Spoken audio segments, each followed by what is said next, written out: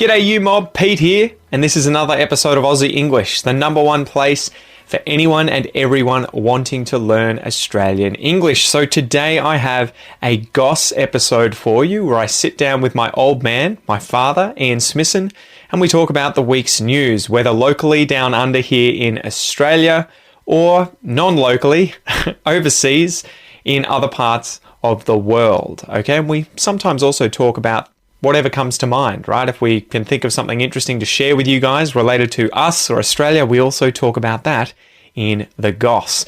So these episodes are specifically designed to try and give you content about many different topics where we're obviously speaking in English and there are multiple people having a natural and spontaneous conversation in English. So it is particularly good to improve your listening skills.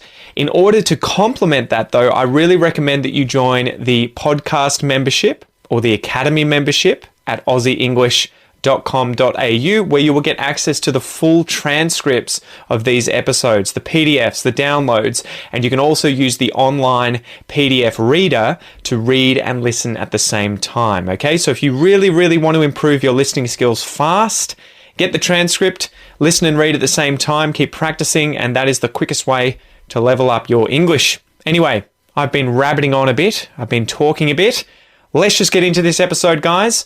Smack the bird, and let's get into it.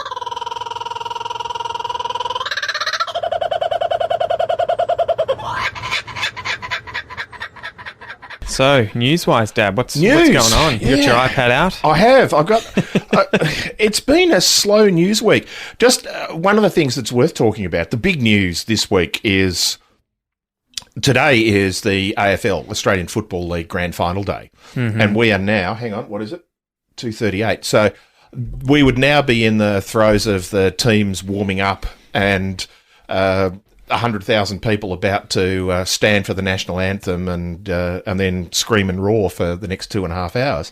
So use the conditional there. We would be. We would be, yeah. But. So Where's it's it's an historical year.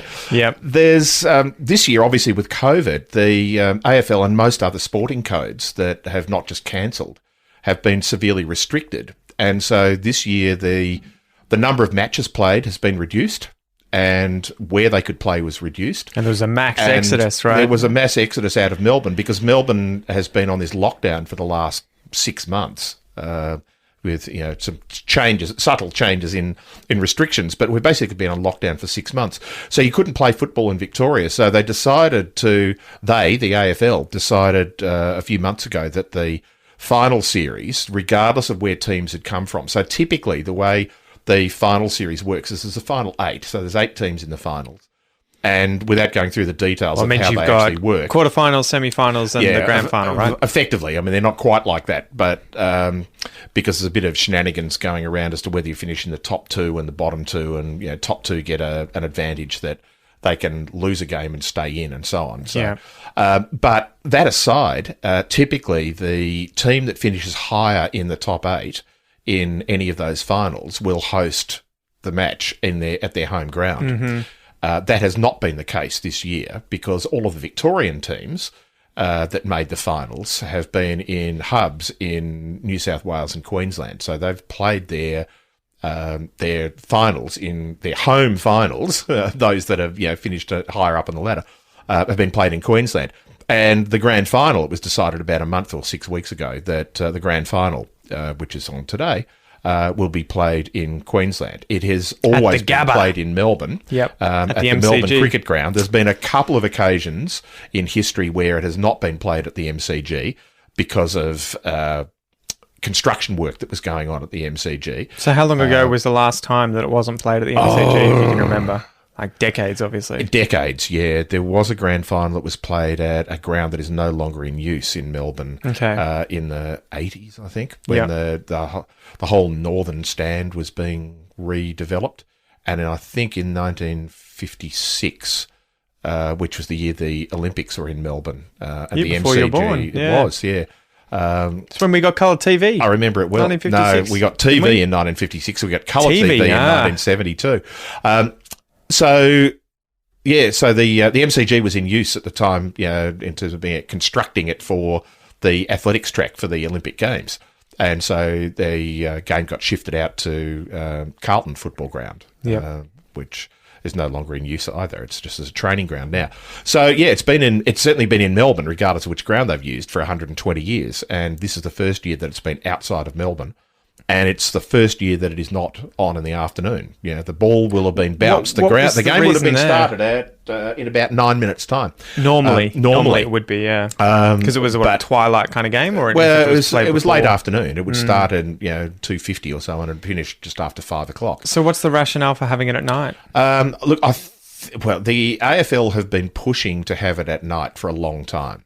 I think mostly because of television rights. You're going to get a bigger audience on television at night than you are in the afternoon. And I think there's always been this belief among some people that the spectacle is improved by being at night. You can have fireworks and the pre-game entertainment, post-game entertainment, all those sort of things, halftime entertainment, where you've got music bands and things playing, can be done with, darkened lighting with spotlights and things on them, rather than just, if you're in a stadium like the MCG, it holds 101,000 people. And if you've got what is effectively a small stage in the middle of that, or on the side of that, depending on where they set it up, of that ground with a band playing, and it's in the middle of the afternoon, you don't get, it's not much of a spectacle, even on television. You'd sit on the TVs there, on right? TV, it's okay because TVs. you've got it closed in. But if you're sitting there watching it, it becomes a bit tedious. So there's always been this push among some members of the AFL executive to go for a night grand final. But there's always been pushback about the tradition is that it was always a Saturday afternoon. AFL football, or Australian football, when it was state-based rather than national, was a Saturday afternoon game. Every game was played on a Saturday afternoon. Yeah. So when I was a kid, there were 12 teams in the Victorian Football League, and there were 6 matches on every Saturday afternoon. They would all start at the same time. They'd all end at the same time, to the point where back in the days before electronic scoreboards, and you'd go to the game and the scoreboards were all manual. So there are literally people standing in this giant scoreboard and switching over these sort of white numbers and letters on black plates for the scores and things. So you actually had to buy a what is known as the footy record. It's effectively the program to the game. To know which of the letters, because the scoreboards were, the things were, the blocks of these things were so big you couldn't write the names of the teams that were playing in the other games. Surely you'd work it out. Well, no, you couldn't, because they would actually just use random letters. But I mean, from the score, you'd see someone kick a goal on your own score, yes, but they would maintain the scores by listening to the radio. Yeah, they would maintain the scores of the other games that were going on. So you'd have Team J playing Team K. None of the teams begin with J or K. So you'd have to, is that Essendon playing Melbourne? And so on. So all of that has completely changed, obviously, now. And so there was this sort of, all the old diehards, of which I'm partly one. I sit sort of somewhere on the fence, and I'm not sure which side of the fence I fall on, because a lot of games now are played at night during the season. And that was always the pushback as well, to say, we can't have a night grand final because everybody plays during the day. Now more than half the games are at night. In fact, 3/4 of the games this year have been at night, because they've been playing them, because of the COVID restrictions, they've been playing them on Thursday night, Friday night, Saturday, Sunday, Monday, Tuesday sometimes. Okay. Whereas normally it would be a Friday, Saturday, Sunday games, and occasionally a Monday game. And so the idea of going to a night grand final is completely new. So this is a bit of history that's happening.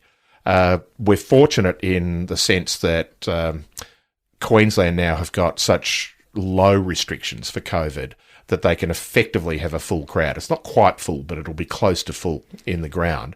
It's 38,000 or something. It's not the 100,000 that didn't get into the ground in Melbourne, but it'll mean that the grand final will feel like a football game. It won't feel like, even on television, canned cheering, cheering and so on. But so that's an interesting experience. And the other major sport in Australia has their grand final tomorrow. And which that's the National Rugby League. Do they do that intentionally to not compete with one another? They do. They have traditionally had their grand final a week apart, right, normally? It used to be a week apart, but then they would do that on the Sunday. They'd have the same weekend but do it on a Sunday. Jesus, these poor dudes who support both. I know. Must be getting messed up on both days and just like, this is going to be a rough weekend, which is probably why we need the holiday. Well, right? that was the other thing Which that you I was could going to talk talk about. about is that another piece of history, and this is, you have to love living in Melbourne. And the people who come from Melbourne, of which I am one, Pete is one. Evidently. 60. Although we can't go there currently. Yeah, we can't go there currently. I lived in Melbourne for 40-something years and then moved down the coast, but I've worked in Melbourne for a lot of that time anyway. We've had this sort of obsession with sport in this city for as long as it's been. We have the tennis. We have the tennis, swimming. we have all sorts of things. The major sporting events in Australia are mostly held in Melbourne. And Melbourne considers itself to be the sporting capital of Australia, if not the world. I would dispute the world. I think Boston is pretty close to the world, but not because of the major events that they hold, just because of the popularity of their various sporting teams. But that aside, Melbourne has always had this thing of being the sporting capital of the world. And we've always had the Spring Racing Carnival, which is horse races. Held at 3 different racetracks around Melbourne over a period of 3 or 4 weeks. So which are they? We've got Flemington. Flemington, Moonee Valley and Caulfield. And then there's Sandown, which is the 4th one now, and that holds one meeting just outside what is typically the big Spring Racing Carnival. We also have the F1. Yeah, we have in the Melbourne. One. But that was always irritating because I'd wake up in the morning and you'd hear that. Yeah, I know. In the background, like you'd be like, God damn it. Yeah, and that's 10 kilometres away from where you were living. Exactly. I used to work across the road from the track. So especially if it's a still day. Oh, yeah. It would travel for kilometres and kilometres throughout the city. You would just hear this really loud, high-pitched noise. Yeah. The Melbourne Cup, which is the biggest horse race in Australia, we have a public holiday for that and have had for 150 years. And what was the reason for bringing that in, just to get people to go there? I think so, yeah. Yeah, it was just, we'll give you a holiday for this. We'll make it Go spend some money. Yeah, the big sporting event 100 years ago was the Melbourne Cup. And then the VFL Grand Final was similar, and now the AFL. So the AFL, the Australian Football League, was effectively formed out of the Victorian Football League and then combining teams from other states. I just had a weird thought. People who became rev heads and got into car racing obviously first cut their teeth on horse racing. You would imagine. Horse racing. Because they would have been interested in these people competing with animals, obviously, that go fast. And then once the vehicles came into the early 20th century, they would have been like, all right, let's start racing these things. It's just a natural human thing, isn't it? That we want to race each other. If you have 2 kids on the beach, we'll go, I bet you I can beat you to the rocks. And they'll run to there. And then it's, we're on dads horses. are putting money on it. Oh, well, I can race you on my horse. And then they get on bikes and they'll race their bikes. And then cars are the same thing. But you wonder if we're going to keep cars like we do horses for racing in the future when we eventually move past cars. Maybe if we move to just self-driven cars, are we going to get to a point where we're like, you just sit in the we actually just have the self-driven cars. We don't even have a person in them. You just no one even remembers, because the average person doesn't know how to ride a horse. Yeah. Whereas back in the day, I would imagine that the average person definitely did know how, at least the basics of riding a horse etiquette. Country people. And imagine that getting to a point in potentially Noah's kids' lifetime where they won't... lifetime. Well, potentially, where they won't be driving around. They won't learn. I mean, already now, who knows how to drive a manual? Who's taught how to drive a manual from the age of 16 today? Because who has a manual? Exactly. Unless you've got some sort of expensive sport car. And even then, it's the flappy paddles behind the wheel. Yeah. So it'll be so weird if I lived to that period where people are like my grandfather would have been around when cars were just starting to take over, and become really popular. Yeah, well, not many people had cars back in the 1930s. Yeah. It was a luxury. But anyway, back to AFL. So we have a state, actually it's a Melbourne holiday. It's one of those weird ones where it's a state holiday, but it's only officially a holiday in Melbourne. Yeah, how does that play out this year? I know. The Queenslanders are like, come on, guys. Yeah. Give us this damn holiday. But this one was the Melbourne Cup. So we have a holiday, and the joke in Melbourne is, we're the sporting capital of Australia. We're so fanatical about sport that we have a holiday for a horse race. And then about, 10 years ago or so, it was decided that we would also have a holiday the day before the AFL Grand Final. So we need a holiday to prepare for the AFL Grand Final. I'm never quite sure what preparation was required. But, They used to have big parades in Melbourne of the two teams that were playing would come over early. They would have their training sessions, and then the day before they would have a big, vehicle parade where they'd be sitting in the back of cars and waving at the crowds. And you get 100,000 people in Melbourne turn up to wave at them going down the street. So we had a public holiday for that. So the irony is, yesterday we had a public holiday in Victoria for a game that is on the next day in another state, but it was still there. So Well, imagine if they'd taken it away Well, yeah, and just said, you don't get it this year, I know, guys. You'd be bad like, luck. Queensland can have it. Yeah. Did they get anything? I have no idea. I don't think they did. Yeah. But yeah, it's to be fair, it is one of the designated public holidays that every state has the same number of public holidays. And it just happens to be, two of them in Victoria are based on sporting events. But I don't know any other place in the world that has a public holiday for a sporting event.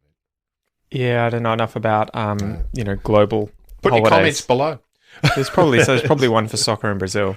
Well, yeah, I don't know enough about South America. I would imagine. Yeah, there may well be. What was I going to ask? How have the teams adapted? So you've taken, for those of you who don't know AFL too well, although we do have, I guess we've got teams in New South Wales, Queensland, and WA, as well as Victoria. We do South Australia too. South Australia. We don't have them in Tasmania, the Northern Territory, or ACT. But there are teams, but they're not in the AFL. The home of AFL is effectively Melbourne. Yeah. And you originally had, that's why they're all effectively the inner suburbs. You have Richmond, Essendon, North Melbourne, there's 11 Melbourne. teams in Victoria. Yeah. So, exactly. So how have they adapted, having to obviously move to Queensland where the environment is a lot more humid? How has there been, has there been measurable or noticeable differences in their performance at games because they're in a foreign place, they've travelled to get there, they're having to get used to it, the grounds are different, they're not used to the grounds, it's not their home grounds for 50% of the games or whatever, and they're in a different climate, or it's been negligible? Well, it was a bizarre one because the first round of the season was played as normal. Yeah. And that was early April. In all their respective locations. With crowds and whatever. And that's the COVID had already hit, but it had just started to increase. Mm-hmm. And so we didn't have restrictions on who could travel where, and social distancing and those sort of things came in right at that time. So week 2 was played, or round 2 of the competition was played weeks later. And so I think there were there was a lot of people getting injured, and the quality of the game in those first few rounds was quite poor. And I think that was basically because they'd had their pre-season and then effectively had weeks off. The players had weeks off without being able to train, and then they all got moved into these various locations, and that I think would have had a fair amount of sort of personal, family sort of stress on a lot of those players. A lot of them took their families with them, right? Eventually they did, but when they first started to move, they didn't, and I'm sure that had an effect on them. But by the time they'd been, the Melbourne teams that had been in Sydney and Brisbane, the Gold Coast, and I think the Sunshine Coast in Queensland, for weeks, by the time they'd been there for weeks, I think they'd acclimatised to the weather, they'd moved their families up and done those sort of things. And in fact, the whole AFL moved themselves to Brisbane, the Gold Coast, for the last 5 or 6 weeks of the season, because they knew they were going to have to be there until the end of the season. So. Well, I guess they kind of done too bad in terms of the Melbourne teams, as Geelong and Richmond are in the Melbourne finals. Teams are playing there today. So, they've managed to survive all of those, and they didn't finish top 2. They were finished 3rd and 4th. Yep. So they just managed to get into the finals and then beat everyone to it.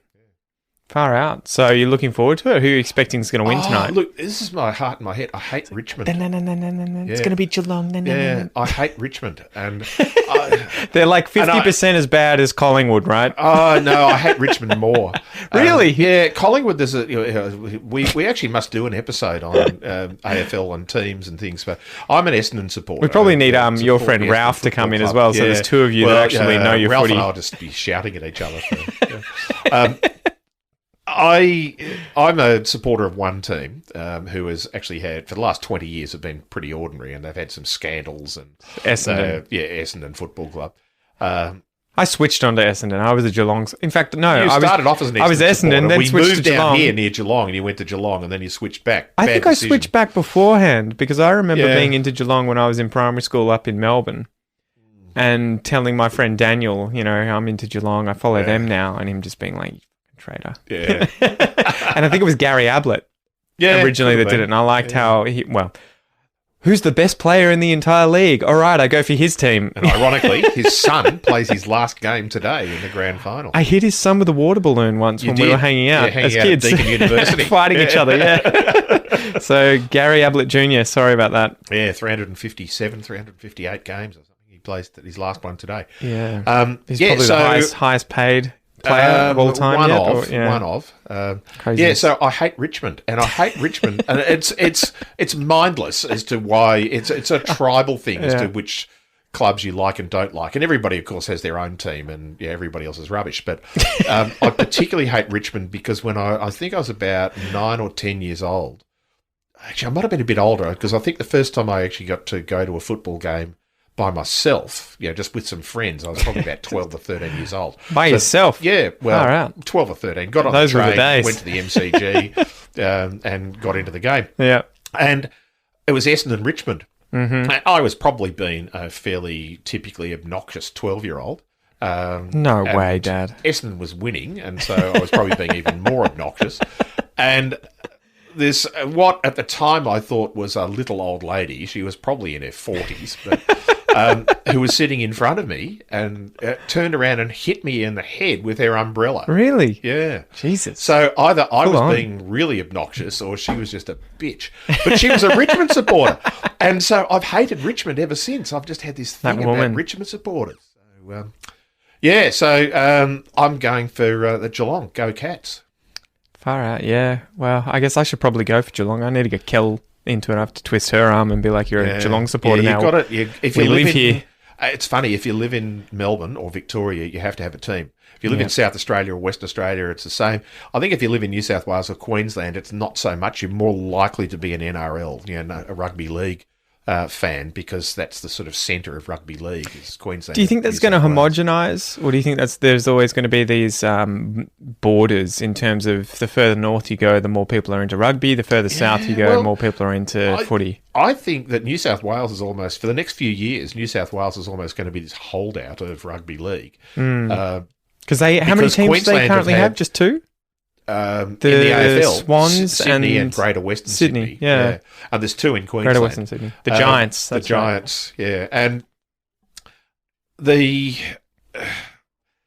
because the AFL have played so much in Queensland, it's had a lot of press in Queensland. The grand final is there, and I think a lot of people have got on board. And one of their teams, the Brisbane Lions, finished second on the ladder this year. They didn't make the grand final. But they made the preliminary. They did pretty well. They did very well. So, and ironically, 50% of the team originally was from Fitzroy, right? Well, when it was first started, about 50%. They actually it was moved the Fitzroy Lions, Football Club right? From Melbourne up to Brisbane because they ran out of funding or didn't have enough money. Fitzroy right? was just falling apart.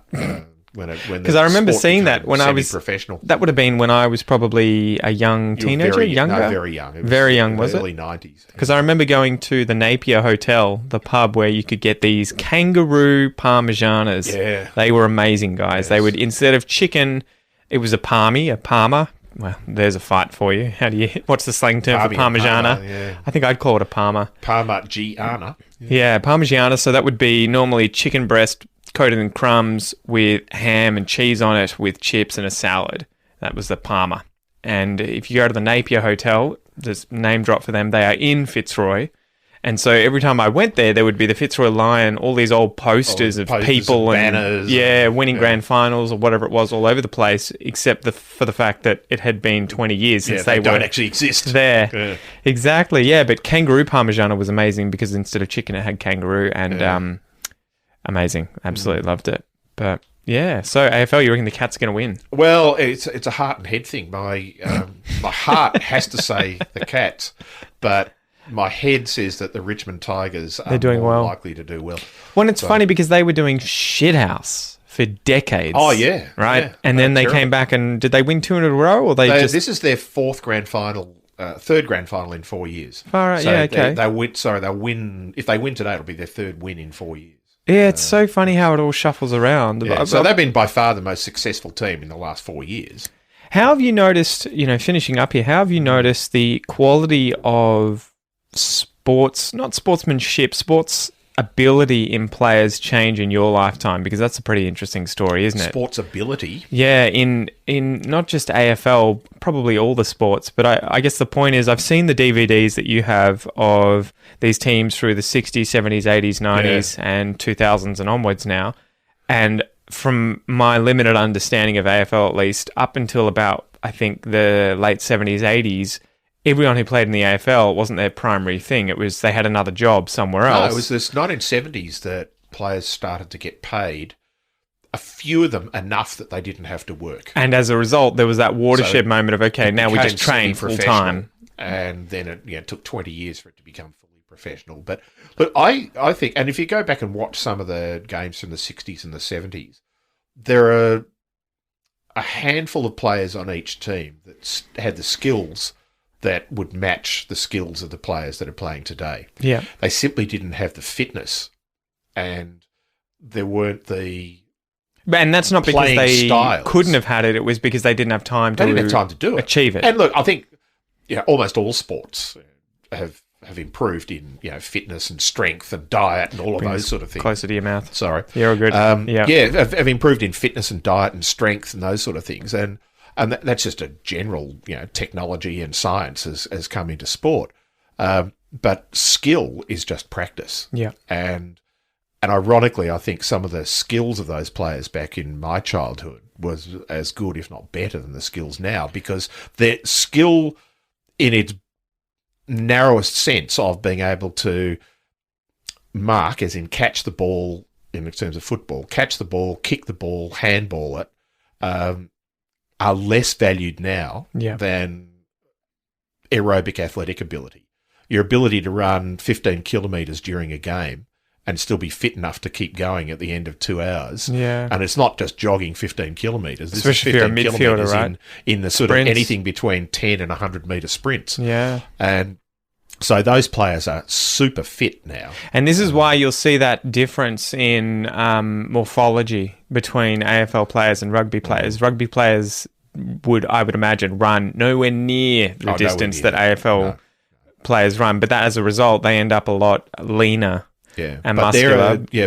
Rugby players union and are rugby bulkier. league are 180-degree sports. You're basically you're opposing the opposition, so you're running into them and they're running into you. Well, and the whole point is to stop things. Yeah, right? so there's a huge selective advantage for those players on being big and strong. Yeah. Whereas the selective advantage in AFL is being agile and strong as well, because it's a full contact sport. But there's those two things playing against one another. If you get too big, people will run circles around you, and if you're too small, you'll can't fight. Over. But there are still players. There are players playing in the AFL who are 165 centimetres tall. Yeah, very short. Not many, but the typical midfielder when I was a kid is somebody who would have been 170, 175 centimetres tall and weighed maybe 70 kilos. Yeah. Now your typical midfielder is 190 centimetres tall and weighs 90 kilos. Yeah. And they're running faster and they are equally as agile as those players from 30 or 40 years ago. It's not necessarily that the skills have been suddenly, there's been a well of more people and the skills are now way better. It's more that because of the number of people that people can select from, and then the training methods and the fact that they can spend their entire career building this, that they can then, end up with insane talent across the board. Yeah. But does that mean that one of the biggest things or some of the biggest variables now are things like playing at home versus playing at another ground, mental health, whether your family's with you or not, and strategy used by the coaches more so than the actual individual's abilities, because across the board, everyone is really, really talented. Yeah, look, there's an element of that. I think that now there's much more strategy in the game, and the game evolves. The game changes much more quickly than it used to. the game that I grew up watching in the 1960s was effectively the same game as in the 1980s. So 20 or 30 years, the game really didn't change very much. Now, though, it's very different, and it changes almost on a yearly or 2 yearly basis because a coach or their coaching staff in one particular club will come up with a new strategy, a new way of playing, and it'll take a couple of years before somebody works out how to beat that, and therefore a new strategy will come up, and everybody will copy the successful ones, but it doesn't last very long, so it sort of goes around in circles a bit. Ah, interesting. All right. Well, finish up there, and I'll see you in the next episode. Yeah, thanks. Bye. All right, guys. Thank you so much for joining us. Me and Noah, he's here as well, smacking the microphone with his spoon. That was another episode of the Goss. Don't forget, guys, if you want to get access to all of the Goss episodes, the transcripts, the MP3s, the videos, the entire episodes from 1 to, I think we're up to like 40 something now. Yeah, that's it, mate. Just go to aussieenglish.com.au and you can sign up for those. Anyway, I'm Pete, your host. This has been another Aussie English episode. It's a pleasure, and I'll see you soon.